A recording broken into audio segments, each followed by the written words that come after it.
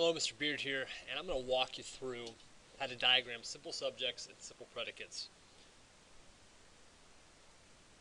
We've got a worksheet here that I'm going to walk you through. I'll post a link to this worksheet on our YouTube page and on Twitter. So if you're watching this from either source, you'll have access to what I'm doing and you can do it along with me. If you're in my class, obviously we'll be doing this in class and you can do this along with the video. Okay, we've done quite a bit of diagramming up to this point. This is just a kind of back to basics video to cover the absolute bare basics of diagramming. In the bare basics of diagramming, you've got what we call the baseline here and this vertical line that separates the subject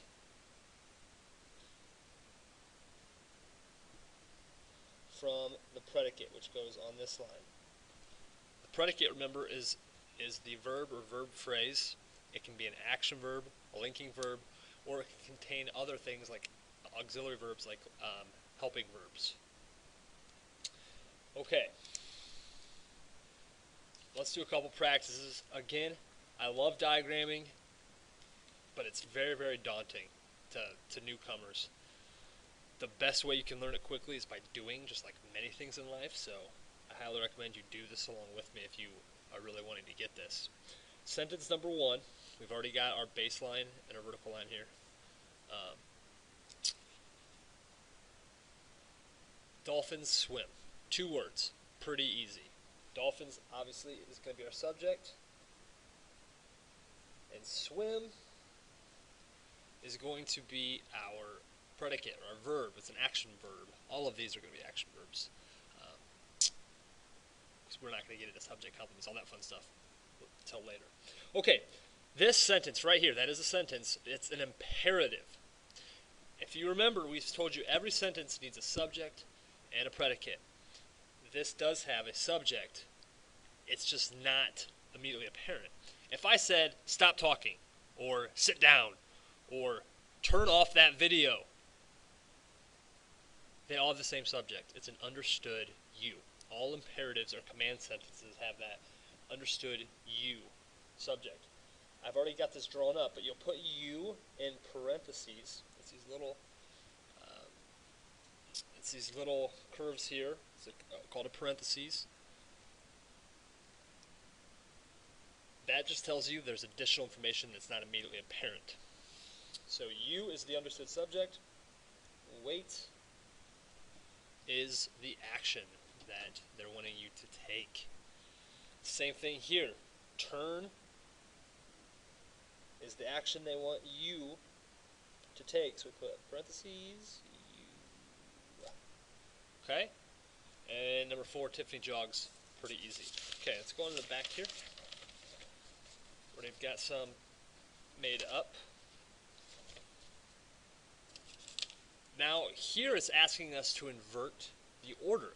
As in, if there's a question, you have to invert.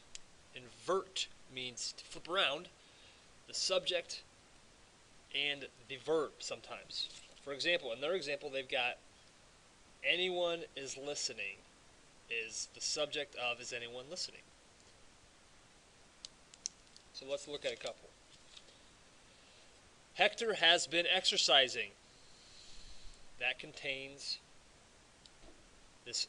the auxiliary verbs has been and the main verb of exercising, so we put all that on that line. Now let's see one of the inverted ones I was just talking about. Hide these so we're not throwing you off here. Did you forget? You is the subject. Did is an auxiliary verb, and forget is the main action verb. So we flipped around you and did. Let's look at another question. Have guests been invited? Have guests been invited? Guests is our subject. Have been our auxiliary verbs.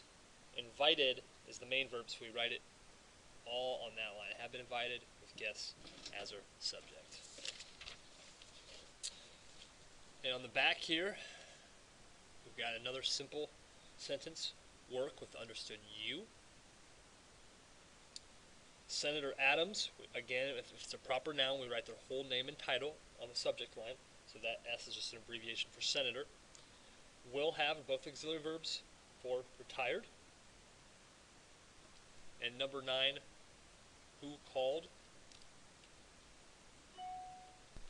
And number 10, wow, my handwriting is awful bad. Aunt Emily did go. Okay. And then on exercise 2, you just had to do the bolded parts.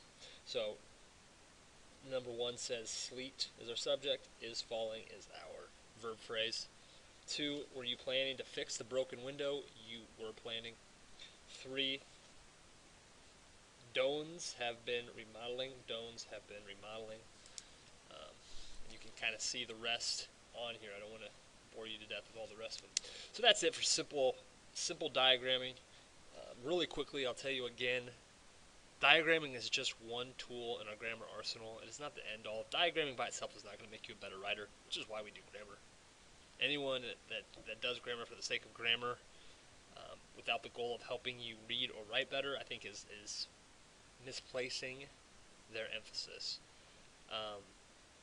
But there's definitely benefit in diagramming sentences, along with 4-level analysis, along with sentence corrections in your own writing. But again, it's just one more tool in our arsenal to help us with our grammar and ultimately to become better readers and writers. But before we can do it and use that tool, which is a great tool for visualization, we need to know how to do it. So, give me your effort now, and we'll get driving to that ultimate aim of becoming better readers and writers. And that's why we do it. Thanks, guys.